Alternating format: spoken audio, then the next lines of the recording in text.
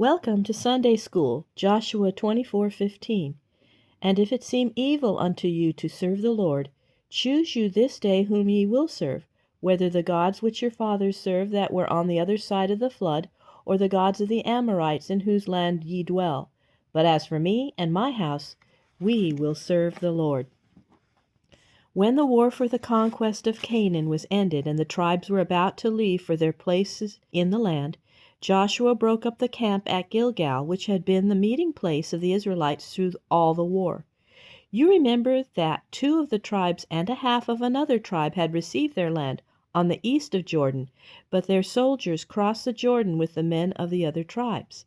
Joshua now called these soldiers and said to them, "You have done all that Moses, the servant of the Lord, commanded you.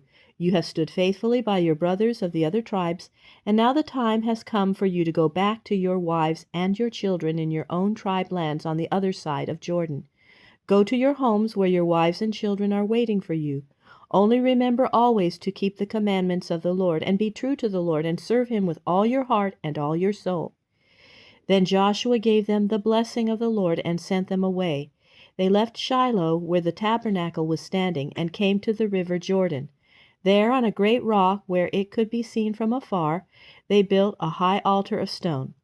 Soon it was told among the tribes that the men of the 2 tribes and a half tribe had built for themselves an altar. God had commanded the people to have but one altar for all the tribes, and one high priest, and one offering for all the tribes upon the altar.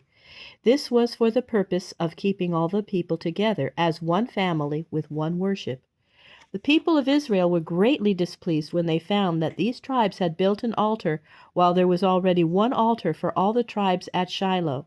They were almost ready to go to war against the tribes on the east of the Jordan on account of this altar. But before going to war, they sent one of the priests, Phinehas, the son of Eleazar, and with him 10 of the princes of Israel, one from each tribe, to ask the men of the tribes on the east for what purpose they had built this altar. These men came to the men of Reuben and Gad and the half-tribe of Manasseh and said to them, "What is this that you have done in building for yourselves an altar? Do you mean to turn away from the Lord and set up your own gods? Have you forgotten how God was made angry when Israel worshipped other gods?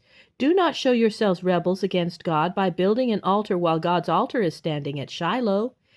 Then the men of the 2 tribes and a half answered, "The Lord, the only God, who knows that we have not built this altar for the offering of sacrifices, let the Lord himself be our judge that we have done no wrong. We have built this altar so that our children may see it, standing as it stands on your side of the river and not on our side. And then we can say to them, 'Let that altar remind you that we are all one people, and we and the tribes on the other side of Jordan.'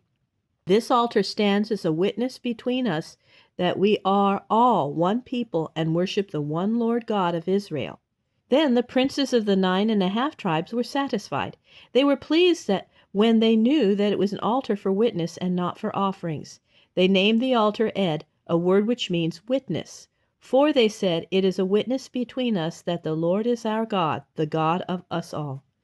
Joshua was now a very old man, more than 100 years old. He knew that he must soon die, and he wished to give to the people his last words.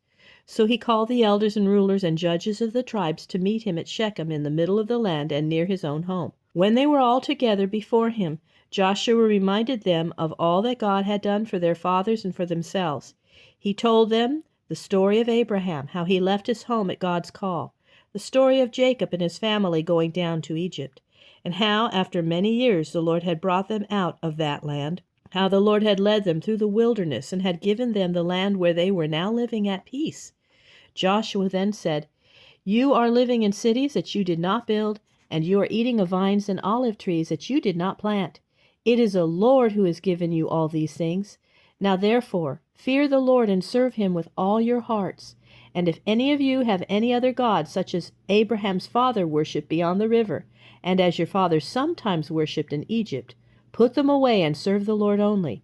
And if you are not willing to serve the Lord, then choose this day whatever God you will serve. But as for me and my house, we will serve the Lord."